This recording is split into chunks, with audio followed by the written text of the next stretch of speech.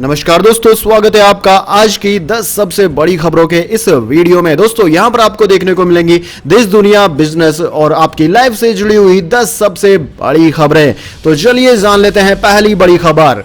UP Goa Uttarakhand में सरकार गठन को लेकर प्रधानमंत्री मोदी की अहम बैठक, अमित शाह और राजनाथ सिंह भी मौजूद।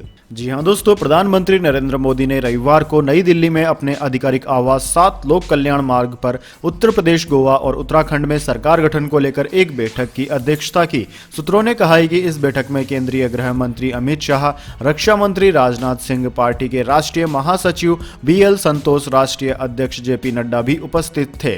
योगी आदित्यनाथ 25 मार्च को दूसरे कार्यकाल के लिए उत्तर प्रदेश के CM के रूप में शपथ लेंगे। हालांकि दोस्तों उनके मंत्रिमंडल में कौन कौन शामिल होंगे, अभी इसे लेकर कोई खबर सामने नहीं आई है। भाजपा अब कैबिनेट और मंत्रिपरिषद की सूची में अंतिम क्षणों में बदलाव करने की प्रक्रिया में है। वहीं दोस्तों उत्तर प्रदेश की नवनिर्वाचित भाजपा सरकार का शपथ ग्रहण समारोह 25 मार्च को शाम 4 बजे होगा।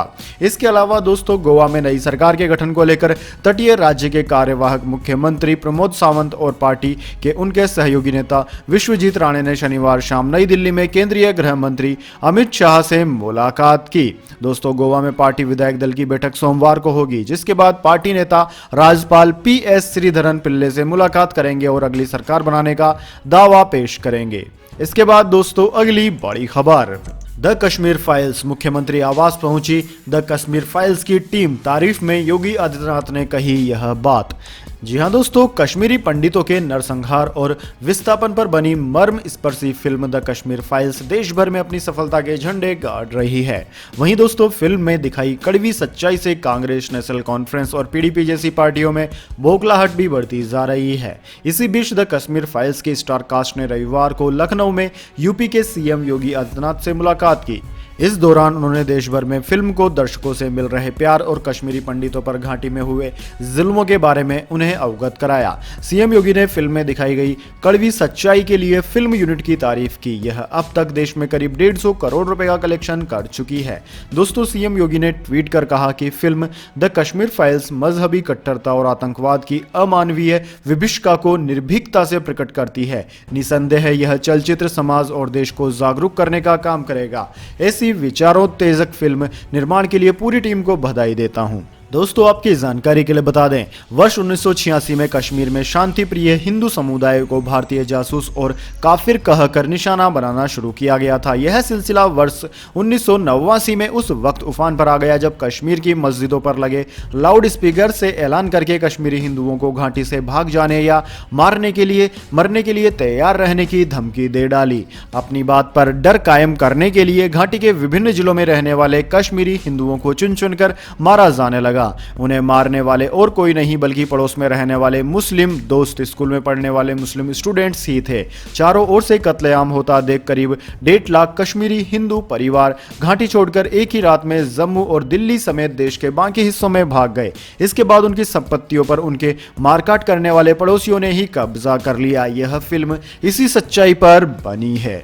इसके बाद दोस्तों अगली बड़ी खबर, हिजाब विवाद में फैसला सुनाने वाले जजों को वाइस सिक्योरिटी। कर्नाटक हाईकोर्ट के चीफ जस्टिस को धमकी भेजी, कहा पता है मॉर्निंग वॉक करने कहां जाते हैं। जी हां दोस्तों, हिजाब विवाद में फैसला सुनाने वाले जजों को धमकियां मिल रही है। इनमें हाईकोर्ट के चीफ जस्टिस ऋतुराज अवस्थी भी शामिल है। कर्नाटक हाईकोर्ट के वकील उमापति को सोशल मीडिया पर एक वीडियो मिला था। इसमें कहा गया था कि हम जानते हैं कि चीफ जस्टिस मॉर्निंग वॉक के लिए कहां जाते हैं। वकील ने रजिस्ट्रार को चिट्ठी लिखकर इसकी जानकारी दी। इसके बाद पुलिस ने अज्ञात आरोपियों के खिलाफ केस दर्ज कर लिया है।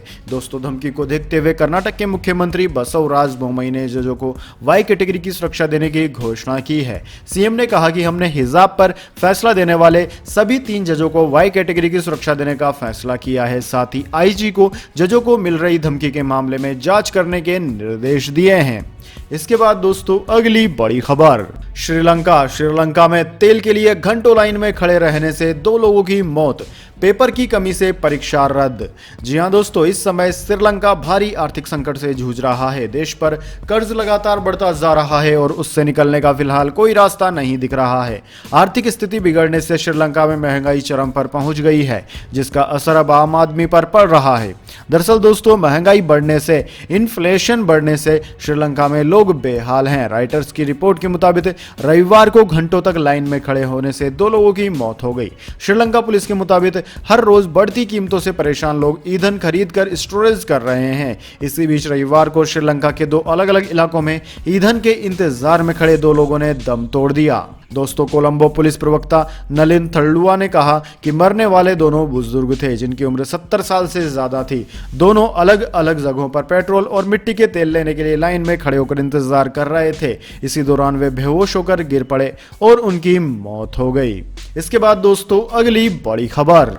ब्रिटिश प्रधानमंत्री जॉनसन की चीन को चेतावनी, कहा रूस यूक्रेन जंग में सही का साथ दे बीजिंग। जी हां दोस्तों, ब्रिटेन के प्रधानमंत्री मोरिस जॉनसन ने चीन को स्पष्ट संदेश देते हुए कहा कि वह रूस यूक्रेन युद्ध में सही पक्ष का चयन करे। उन्होंने दावा किया कि बीजिंग में विचारों में बदलाव से कुछ संकेत मिले हैं। द संडे टाइम्स के साथ इंटरव्यू में ब्रिटिश प्रधानमंत्री ने आरोप लगाया कि रूसी राष्ट्रपति व्लादिमीर पुतिन एक नई वैश्विक सत्तावादी व्यवस्था स्थापित करने की कोशिश कर रहे हैं और इस कदम की निंदा नहीं करके चीन इतिहास के गलत पक्ष की तरफदारी करने का जोखिम ले रहा है। ब्रिटिश प्रधानमंत्री ने कहा कि मुझे लगता है कि चीन में आप कुछ विचारों में बदलाव को देख सकते हैं। जॉनसन ने कहा कि मुझे नहीं लगता कि मैंने पहले कभी सही और गलत के संबंध में इससे स्पष्ट मामला देखा हो। इसके बाद दोस्तों, अगली बड़ी खबर। बाइडेन का पुतिन पर फिर हमला, अब रूस के राष्ट्रपति को बताया ठग। जी हां दोस्तों, रूस लगातार यूक्रेन पर हवाई हमले कर रहा है। रूस की सेना यूक्रेन के कई शहरों में पहले ही घुस चुकी है। शुक्रवार को युद्ध का 23वां दिन था।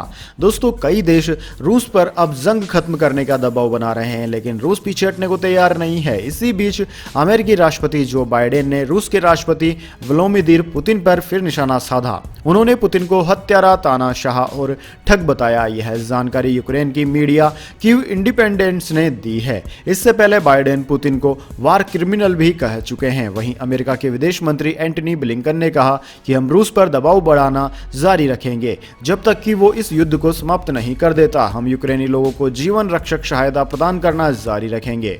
अमेरिकी विदेश मंत्रालय ने गुरुवार को पुष्टि की कि रूस की ओर से यूक्रेनी शहर पर हुए हमलों में मरने वाले लोगों में अमेरिकी नागरिक भी शामिल हैं। इसके बाद दोस्तों, अगली बड़ी खबर। साल के पहले चक्रवाती तूफान असनी ने अंडमान निकोबार में दी दस्तक, अगले 24 घंटे में मचा सकता है तबाही। जी हां दोस्तों, 2022 के पहले चक्रवाती तूफान असनी ने अंडमान निकोबार द्वीप समूहों में रविवार को दस्तक दे दी। तटीय इलाकों में तेज हवाओं के बीच भारी बारिश शुरू हो गई है। मौसम विभाग ने अगले 24 घंटों में इसके और तेज होने की आशंका जताई है। दोस्तों, स्थानीय प्रशासन युद्ध स्तर पर आवश्यक इंतजाम करने में जुटा है। तटीय क्षेत्रों में रहने वाले लोगों को सुरक्षित जगहों पर पहुंचा दिया गया है। एक से दूसरे द्वीप के बीच चलने वाले जहाजों को रोक दिया गया है कि चेन्नई और विशाखापट्टनम के बीच शिपिंग सर्विस भी बंद कर दी गई है। मछुआरों को सलाह दी गई है कि वे समुद्र में न जाएं।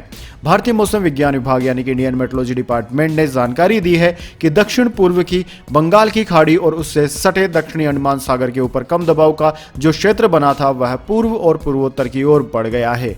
इसके रविवार को गहराने की संभावना है। सोमवार को यह चक्रवाती तूफान का रूप ले सकता है। मौसम विभाग ने ट्विटर पर बताया कि रविवार को अंडमान द्वीप समूहों में अधिकांश स्थान पर हल्की से मध्यम बारिश या गरज के साथ बौछारें पड़ने की संभावनाएं हैं। इसके बाद दोस्तों, अगली बड़ी खबर। पंजाब के बाद अब इस राज्य में फतह की तैयारी में है आम आदमी पार्टी, बनाया खास प्लान। जी हां दोस्तों, पंजाब विधानसभा चुनाव में मिली सफलता से उत्साहित आम आदमी पार्टी अब राजस्थान में अपना आधार मजबूत करने की योजना बना रही है। पार्टी नेताओं के अनुसार आम आदमी पार्टी राजस्थान में संगठन को मजबूत करने के लिए यहां 26-27 मार्च को 2 दिवसीय राज्य स्तरीय विजय उत्सव सम्मेलन करेगी। इसमें पार्टी के प्रदेश प्रभारी और राज्यसभा सांसद संजय सिंह पदाधिकारियों व कार्यकर्ताओं से चर्चा करेंगे। दोस्तों, आम आदमी पार्टी के राज्य सह प्रभारी खेमचंद जागीरदार ने कहा कि पार्टी ने हिमाचल प्रदेश में विधानसभा चुनाव की तैयारियां शुरू कर दी है। राजस्थान पंजाब का पड़ोसी राज्य है और नई दिल्ली के करीब है, इसलिए राज्य में संगठन को मजबूत करने के लिए पार्टी 26 और 27 मार्च को 2 दिवसीय राज्य सम्मेलन आयोजित कर रही है। इसके बाद दोस्तों, अगली बड़ी खबर। पंजाब पुलिस को सीएम भगवंत मान का पहला आदेश, मजीठिया ड्रग्स केस के लिए एसआईटी का गठन होगा। जी हां दोस्तों, पंजाब में नई सरकार के गठन के बाद से मुख्यमंत्री भगवंत मान एक्शन में नजर आ रहे हैं। भगवंत मान लगातार एक के बाद एक बड़े फैसले ले रहे हैं। रविवार को उन्होंने मजीठिया ड्रग मामले के लिए एक नई एसआईटी के गठन का आदेश दिया और अब यही एसआईटी करोड़ों रुपए के ड्रग मामले की जांच करेगी। दोस्तों, नई एसआईटी का गठन पंजाब पुलिस के आईजीपी गुरशरण सिंह संधू के नेतृत्व में किया गया है। हाल ही में दोस्तों संपन्न विधानसभा चुनाव में अरविंद केजरीवाल की अगुवाई वाली आम आदमी पार्टी की भारी जीत के बाद मान को पंजाब के नए मुख्यमंत्री के रूप में शपथ लेने के बाद मान की तरफ से जारी पुलिस विभाग के लिए यह पहला आदेश है। 4 सदस्यीय टीम में SIG S Rahul, SIG Ranjit Singh Dhillon, DSP रघुवीर सिंह और पीपीएस अमरप्रीत सिंह शामिल हैं। इसके बाद दोस्तों अगली बड़ी खबर, टी20 वर्ल्ड कप के पहले टकराएंगे भारत पाकिस्तान। एशिया कप में होगा इंडिया पाकिस्तान का मुकाबला। 27 अगस्त से श्रीलंका में टूर्नामेंट की है शुरुआत। जी हां दोस्तों, एशियन क्रिकेट काउंसिल ने एशिया कप 2022 की तारीखों का ऐलान कर दिया। श्रीलंका इस टूर्नामेंट की मेजबानी कर रहा है। दोस्तों, टूर्नामेंट का पहला मुकाबला 27 अगस्त को होगा, वहीं फाइनल 11 सितंबर को खेला जाएगा। एशियन क्रिकेट काउंसिल की ओर से ट्वीट के जरिए टूर्नामेंट के आयोजन की तारीखों की जानकारी दी गई। यह टूर्नामेंट टी20 फॉर्मेट में खेला जाएगा। टूर्नामेंट में भारत और पाकिस्तान के बीच महामुकाबला भी देखने को मिलेगा। दोस्तों, टीम इंडिया एशिया कप इतिहास की सबसे सफल टीम है। अब तक 14 बार इस टूर्नामेंट का आयोजन किया जा चुका है। 1984 में इस टूर्नामेंट का पहली बार आयोजन किया गया था। भारतीय टीम 84, 88, 91, 95, 10, 16 और 2018 में चैंपियन रही। वहीं श्रीलंका ने 86, 97, 4, 8 और 14 में खिताब जीता। वहीं दोस्तों पाकिस्तान महज 2 बार इस टूर्नामेंट को जीत सकी, सन 2000 और 2012 में। तो दोस्तों यह थी आज की तमाम बड़ी खबरें। इसके बाद दोस्तों अब बारी आती है आज के माइंड क्यूज क्वेश्चन की। जी हाँ दोस्तों, एक आसान से सवाल का जवाब देकर आप जीत सकते हैं एक अमेजिंग सरप्राइज गिफ्ट हमारे यूट्यूब चैनल की ओर से। तो दोस्तों आज का सवाल आपकी स्क्रीन पर आ चुका है। भारतीय लोकसभा में कुल कितनी सीटें होती है? जी हाँ दोस्तों, अगर आप जानते हैं कि लोकसभा यानी कि पार्लियामेंट में कितनी सीटें होती है तो जल्दी से कमेंट बॉक्स में लिख दीजिए। अगर दोस्तों आपका जवाब होता है एकदम सही और आप चले जाते हैं लक के विजेता के रूप में, तो आपको मिल सकता है एक अमेजिंग सरप्राइज गिफ्ट हमारे यूट्यूब चैनल की ओर से। तो दोस्तों जल्दी से अपना उत्तर कमेंट बॉक्स में लिख दीजिए, वीडियो को लाइक कर लीजिए और चैनल को सब्सक्राइब करके बेल आइकन भी दबा लीजिए। धन्यवाद। वंदे मातरम। जय हिंद, जय भारत।